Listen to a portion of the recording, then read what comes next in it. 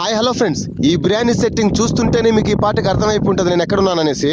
ఇక విషయానికి వస్తే మా చిన్న కూతురు మ్యారేజ్ కి అయితే రావడం జరిగింది. నేను వచ్చేటప్పటికే బిర్యానీ ఐటమ్స్ మొత్తం రెడీ అయిపోయి ఉన్నాయి.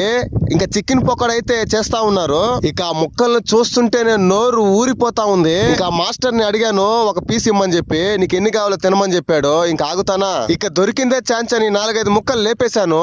ఇంకా టేస్ట్ విషయానికి వస్తే మాటలు లేవు, మాట్లాడుకోవటాలు లేవు, అదిరిపోయింది. ఫ్రెండ్స్, మీరు ఎంత మందికి ముస్లిమ్స్ మ్యారేజ్ లో చికెన్ బిర్యానీ అంటే ఇష్టమో మటన్ బిర్యానీ అంటే ఇష్టమో కామెంట్ చేసేసేయండి. ఇక నాకైతే మటన్ బిర్యానీ అని చెప్తాను.